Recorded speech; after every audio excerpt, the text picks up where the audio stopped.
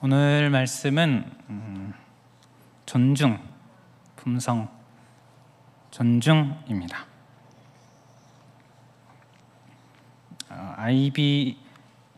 IBL 코리아 삶의 기본 원리 교육원의 이제 코리아 지부에서 이제 이렇게 내주고 있는 그런 성품의 내용인데요.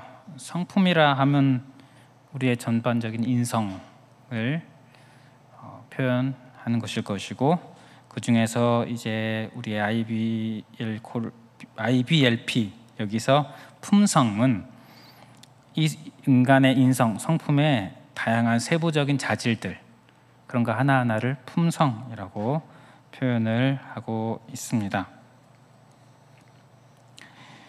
좋은 성품은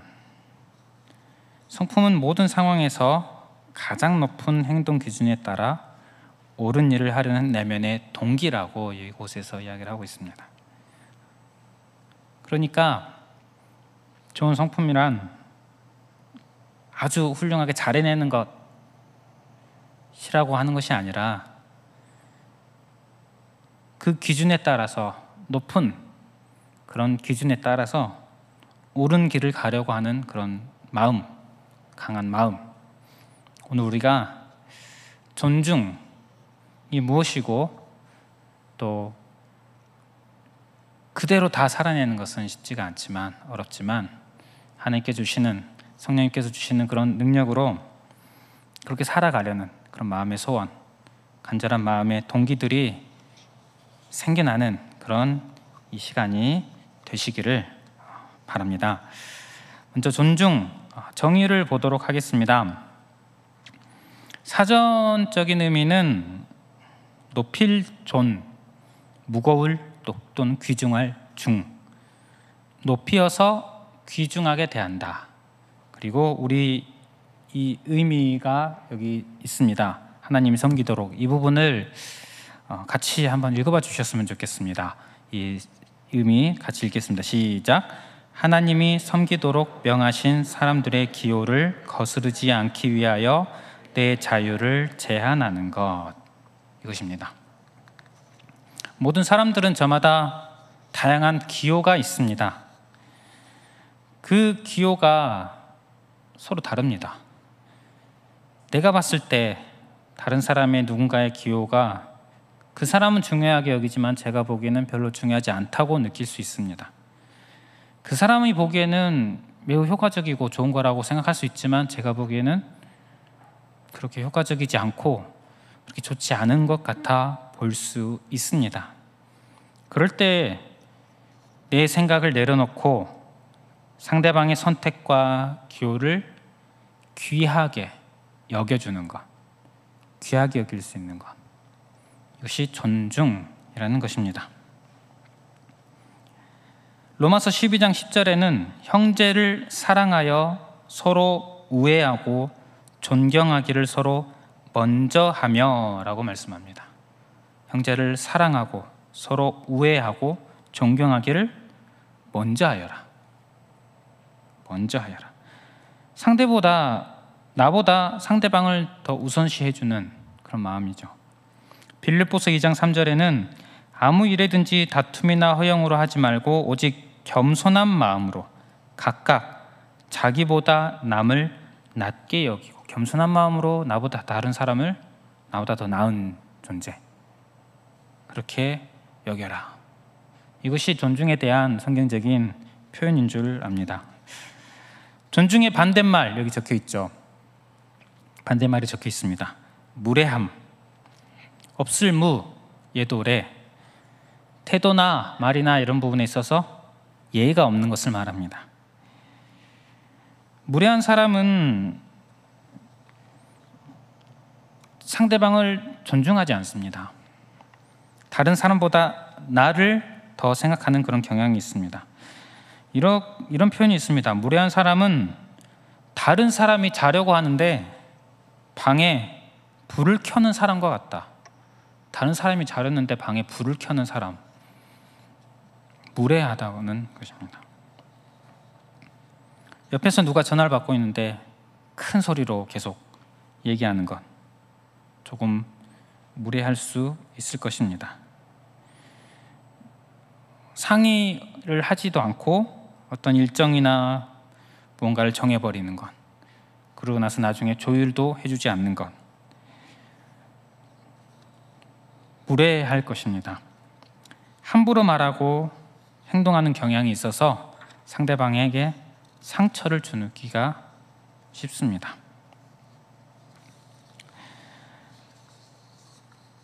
그와 반대되는 내용이 존중이라는 것입니다. 존중은 이 무례와 반대되는 그런 개념으로 이해하면 좋을 것 같습니다. 성경에서 살펴보고자 하는 부분은 오늘 고린도전서 말씀입니다. 고린도전서, 당시 고린도 교회 안에 여러 가지 분쟁, 갈등이 있었습니다. 그 중에서 한 문제가 있는데 우상에게 제물로 바친 음식, 그 음식에 관한 문제가 있었습니다. 우상 숭배는 하면 안 됩니다. 죄입니다. 그런데 당시의 시장에는 우상에게 바치고 우상에게 제사를 드리고 난 그 사용한 음식, 이것을 판매하는 곳이 있었습니다. 그렇다면 이 음식은 먹어도 되는가, 먹으면 안 되는가, 이런 논쟁이 있었습니다. 이런 분쟁이 있었습니다. 먹어도 된다는 사람들이 있었습니다. 그냥 음식이지 않느냐, 먹으면 안 된다, 우상 숭배에 참여하는 것이다. 어떻게 생각하십니까? 바울은 이 문제에 대해서 정리를 해주었습니다. 고린도전서 8장 4절에 보면 우상의 제물을 먹는 일에 대하여는 우리가 우상은 세상에 아무것도 아니며 또한 하나님은 한 분밖에 없는 줄 아노라, 기준을 세워주었습니다. 우상 아무것도 아니다. 오직 세상에 신은, 하나님은 딱 한 분, 우리가 믿는 여호와 하나님, 삼위일체 하나님 뿐이시다. 우상은 아무것도 아니다. 그래서 그 기준에 따라서 우상에게 바쳐진 음식, 아무것도 아닌 존재에게 바쳐진 음식이 무슨 힘이 있겠느냐는 것입니다. 어떤 특별한 능력이나 어떤 의미가 생기는 것이 아니라는 것입니다. 도리어 이 음식 하나하나는 하나님께서 우리에게 주신 것입니다. 그러니 먹어도 된다는 것입니다. 이것은 먹는다고 더 잘 사는 것도 아니고 안 먹는다고 더 못 사는 것도 아니고 그냥 음식이다. 먹으려면 먹고 안 먹으려면 안 먹고 상관없다. 이런 식의 가르침을 고린도전서 8장에 주었습니다. 그리고 나서 얘기를 합니다. 다만 너희의 자유가 믿음이 약한 자들에게 걸려 넘어지게 하는 것이 되지 않도록 조심하라. 얼마든지 자유롭게 해라. 먹어도 된다. 안 먹어도 된다. 그런데 믿음이 약한 자들에게 걸려 넘어지게 하는 것이 되지 않게 하여라. 그 음식에는 자유함을 가진 자들이 있지만 자유함을 가지지 못한 분들이 있습니다. 우상에게 바쳐진, 제물로 바쳐진 제사에 사용된 음식을 먹으면 큰일이 생긴다고 생각하는 사람들, 죄를 짓는다고 생각하는 사람들이 있다는 것입니다. 그들의 보기에, 그들의 눈에 내가 그 음식을 먹는 장면이 보인다면 어떻겠습니까? 시험에 들 수 있다는 것입니다. 바울이 믿음이 약한 자들이라고 표현하는 그 형제들, 그들에게 그들의 믿음이 약한 것이 잘못이다 이런 식으로 얘기하는 것이 아니라 그들을 시험에 들게 하는 것은 잘못된 일이다. 그들을 시험에 들게 하는 것이. 왜 그렇겠습니까? 예수님은 나를 위해서도 죽으셨지만 그 영혼을 위해서도 죽으셨습니다. 예수님의 소중한 사랑하시는 영혼입니다. 그래서 나의 자유로운 어떤 행위로 말미암아서 예수님의 이 소중한 영혼이 시험 든다면 그것은 예수님께 죄를 짓는 것과 같다고 고린도전서 8장 12절에 말씀합니다.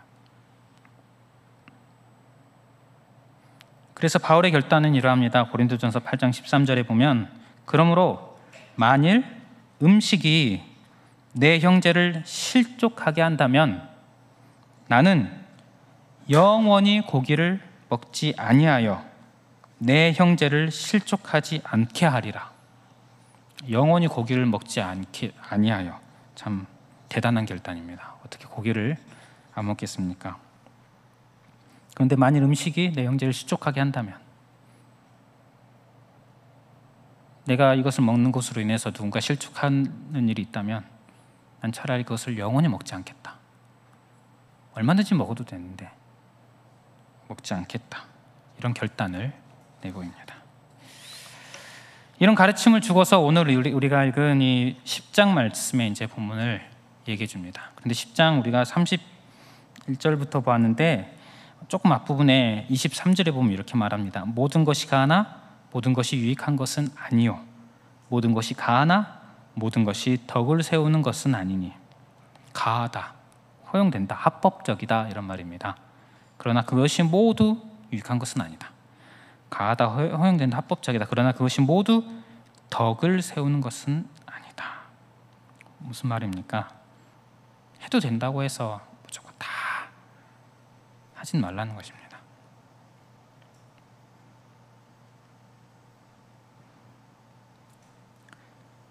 이것이 존중인 것 같습니다. 다른 사람을 약하게 만들거나 넘어뜨릴 또는 시험에 빠뜨릴 만한 상황을 막는 것. 바울은 다른 신자들을 넘어지지 않게 하기 위해서 차라리 영원토록 고기를 먹지 그럴 거면 차라리 영원토록 고기를 먹지 않겠다, 그렇게 말을 하였습니다.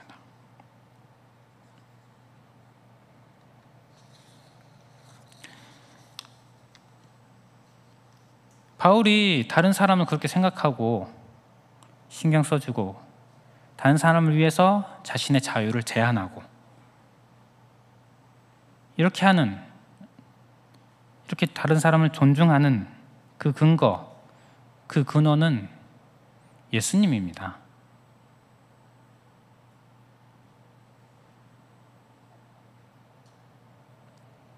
그들은 예수님의 사랑하는 존재입니다. 하나님의 형상입니다. 하나님의 소유입니다. 예수님이 피값 주고 사신 존재입니다. 예수님이 그들을 위해서 희생하셨습니다. 그러니 어찌 그들을 함부로 대하겠습니까? 우리는 남을 존중하는 부분에 있어서 무례함에 반대니까 예를 지키는 것이 될 수 있겠죠. 우리나라 같은 경우는 사실 몸에 약간 배어있는 면은 어느 정도 있습니다.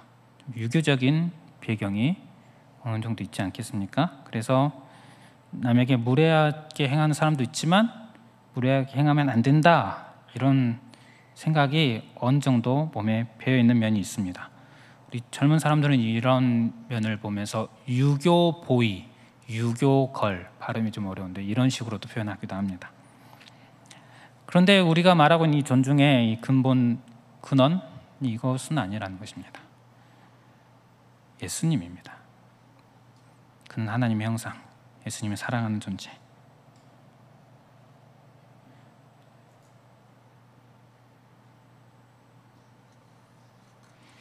그렇다면 이런 기준을 가지고 한번 보도록 하겠습니다. 존중이 이러한 것이라면 우리가 어떻게 행동을 해야 될까요? 실천사항이 앞에 나옵니다. 하나님이 주시는 능력으로 우리가 무엇을 해볼 수 있을까요? 먼저 첫 번째, 하나님의 사랑으로 자제한다 입니다. 금방 조금 전에 말씀드린 고린도전서 말씀과 같은 맥락에 있는 것 같습니다. 할 수 있지만 하지 않는 것입니다. 말할 수 있고 행동할 수 있지만, 그래도 되지만, 그러나 그렇게 하지 않는 것입니다. 상대방의 유익을 위해서, 상대방의 시험 들지 않게 하기 위해서, 그 사람을 위하여서. 또한 두 번째로는 무례한 표현을 삼간다. 그리고 세 번째는 옷차림에 유의한다. 이 두 가지는 예의에 속한다는 느낌을 강하게 받으실 것입니다. 무례한 표현을 삼가는 것. 무례하다, 예의 없는 것 아닙니까?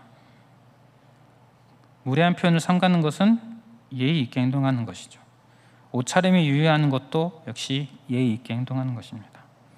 이것과 비슷한, 앞에 우리가 적어놓지는 않았지만 비슷한 실천사항들이 있는데, 주변 사람을 의식한다, 상대 기호를 배려한다, 마음 상하게 하는 행동을 삼간다,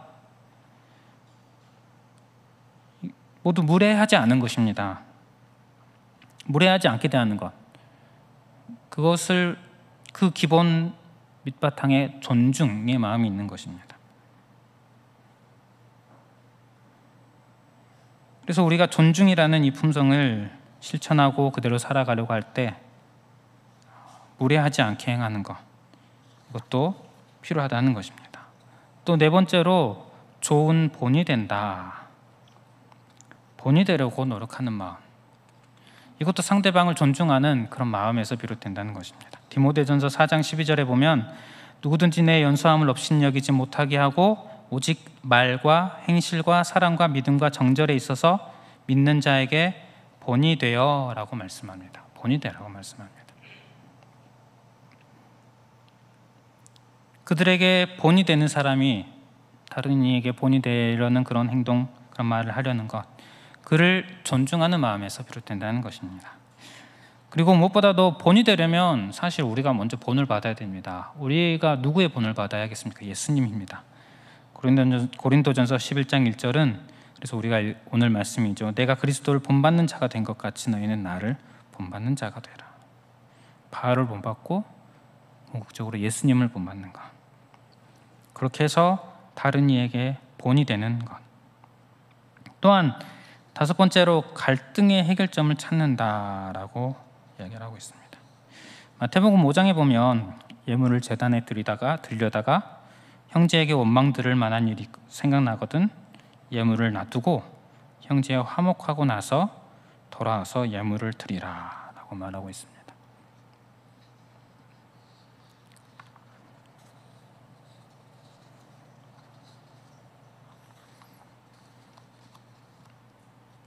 존중의 말입니다.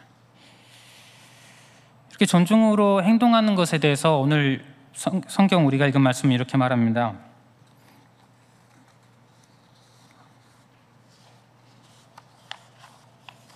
31절에 보면 그런즉 너희가 먹든지 마시든지 무엇을 하든지 다 하나님의 영광을 위하여 하라.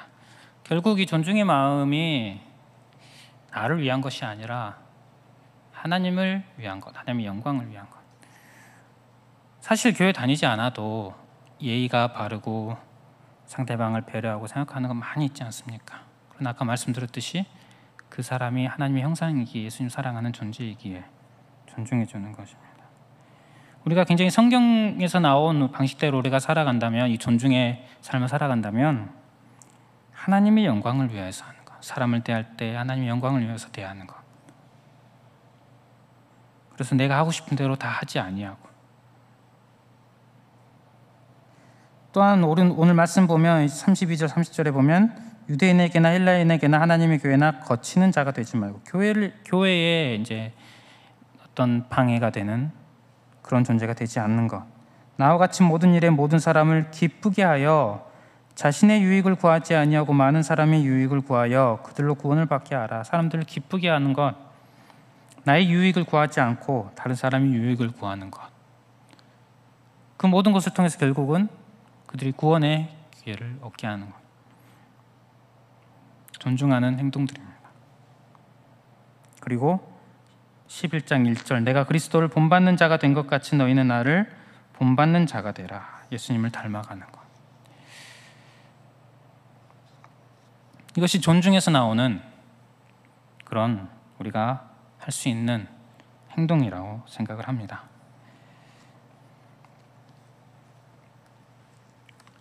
이제 말씀 마무리하려고 합니다. 존중, 그렇게 어려운 부분은 아닙니다. 이해하기 어렵진 않을 것입니다. 존중이란 무엇인가? 무례하지 않은 것, 또 나보다 남을 낮게 여기는 것, 상대방을 위해 나의 자유를 제한하는 것, 상대방의 유익을 위해 행동하는 것. 이 존중의 기준, 존중의 근거도 쉽습니다. 어렵지 않을 것입니다. 우리 그리스도인은 인간적인 기준으로 존중을 하는 것이 아니라 성경의 기준으로 하나님의 형상이기에 그 사람이 우리 예수님께서 사랑하시는 존재이기에 존중합니다.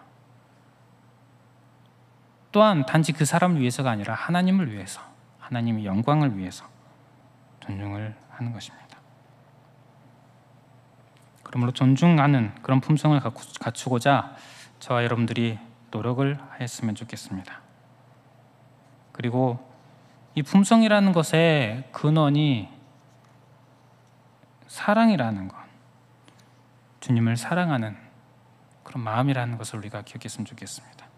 그래서 우리가 존중하는 이 품성을 갖추고 갖출수록 결국은 주님을 더욱더 사랑하는 자리에 이르시기를 바랍니다. 예수님은 마음을 다하고 목숨을 다하고 뜻을 다하여 주 너희 하나님을 사랑하라 하셨으니 이것이 크고 첫째 되는 계명이요 둘째도 그와 같으니 내 이웃을 내 자신같이 사랑하라 하셨으니 이 두 계명이 온 율법과 선지자의 강령이니라 말씀하셨습니다. 요한복음에는 새 계명을 주노니 너희 서로 사랑하라. 내가 너희를 사랑한 것 같이 너희도 서로 사랑하라. 이 존중이라는 이 품성이 예수님을 사랑하는 마음으로부터 비롯될 것이고, 그리고 그런 마음으로 이런 품성을 갖추고자 내면의 노력을 기울인다면 또한 예수님을 더욱더 사랑할 수 있는, 더욱더 사랑하는 자리에 나갈 수 있게 될 것입니다. 이것을 우리가 기대할 수 있을 것입니다. 그리고 마지막으로 우리의 이러한 삶을 통해서 하나님의 영광 받으시기를 기대하시기를 바랍니다. 우리 삶의 목적이 무엇입니까? 우리가 살아가는 목적은 결국은 하나님의 영광입니다. 하나님을 기뻐하고 하나님께 영광을 올려드리는 것입니다. 우리가 이런 품성을 가지려고 노력하는 이유가 무엇이겠습니까? 이 땅에서 잘 살기 위해서겠습니까? 사람들에게 좋은 말을 듣기 위해서겠습니까? 하나님의 영광을 위하여서, 하나님의 영광을 위하여서 나보다 남을 낮게 여기고 나의 자유를 제한하고, 우리에게서 이러한 성품이 보일 때, 이런 품성이 보일 때 하나님께서 영광 받으실 거라 생각합니다. 하나님께 영광이 되기 위하여서 우리가 이런 마음을, 노력을 기울이는 그런 저와 여러분들 되시기를 바랍니다. 기도하겠습니다. 사랑의 하나님,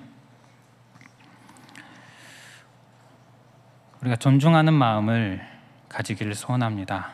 다른 사람을 위해서 나의 자유를 제한할 줄 아는 그런 사람이 되기를 소원합니다. 무례하지 않은 사람이 되기를 소원합니다. 예수님을 사랑하는 마음으로 이러한 자리에 이르기를 힘쓰는, 소원하는 그런 우리가 되게 하여 주시옵소서. 또한 이런 품성을 통해서 예수님을 더욱더 사랑하는 자리에 이르게 하여 주시고, 이러한 품성을 통해서 하나님께 영광 올려드리는 우리의 삶이 되게 하여 주시옵소서. 예수님 이름으로 기도드립니다. 아멘.